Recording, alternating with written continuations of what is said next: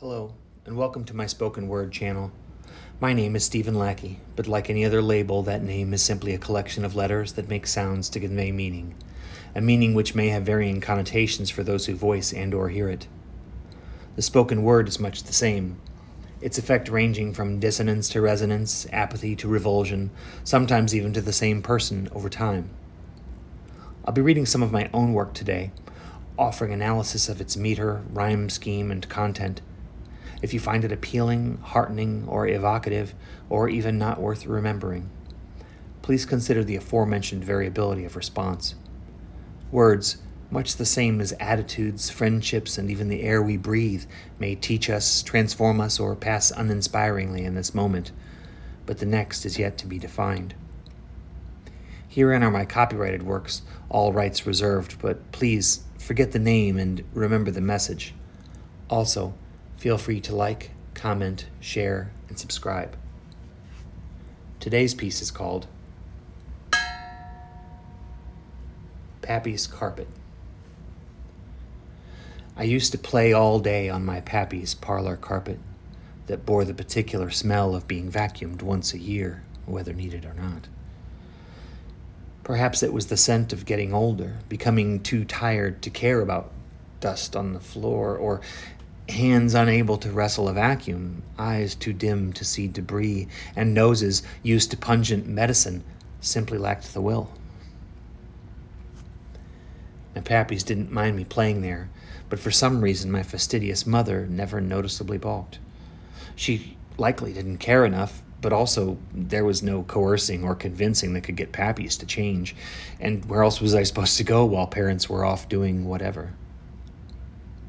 Pop did his best to get me outside, raking to the burn pile, transplanting irises, but I appreciated his cluttered basement more, full of tools at the well-used tinker bench, uncounted auction and yard sale treasures, and boxes of what others called trash, but Granny called, "I'm saving that!" I used to play all day, back when I resented boredom, back when days were as uncounted as the times I was told, "Can't you find something better to do?" I didn't lend thought to the fact that my Pappies couldn't condone boredom in the face of advancing uselessness and the disappearance of a future saddled with a combination of healthy bodies and blank to-do lists. But maybe that smell on the carpet was their resentment laid down, then with too few days to carry it. I like to think wisdom would have granted the forethought not to cast that down among the answers to innumerable questions. Are we going out today? What's for lunch? Poker or blackjack? Is this carpet just for burdens? When will they be back?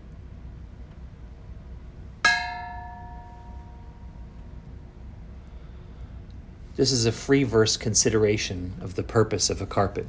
Well, perhaps the purpose and perhaps the catch-all for things no one wants to carry.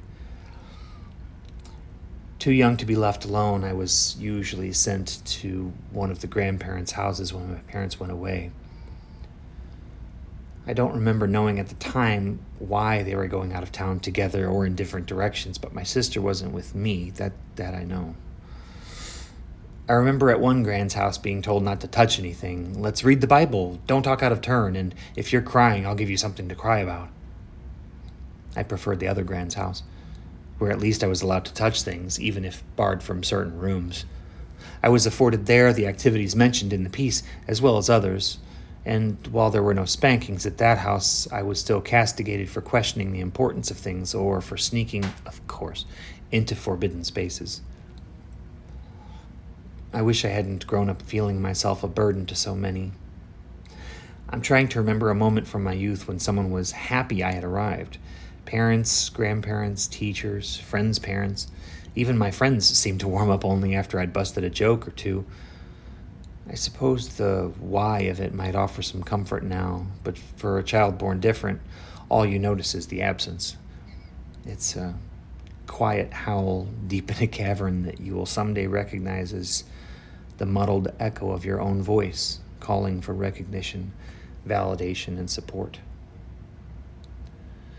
I wish this wasn't a personal truth. I wish I'd found therapy sooner. I wish I could cast my resentment to a carpet set ablaze with forgiveness and not frostborn and forgotten as a too long ignored slab beneath more recently purchased meats. We are all stories in the end. Whole narratives unto ourselves, or bit parts or extras in others' stories.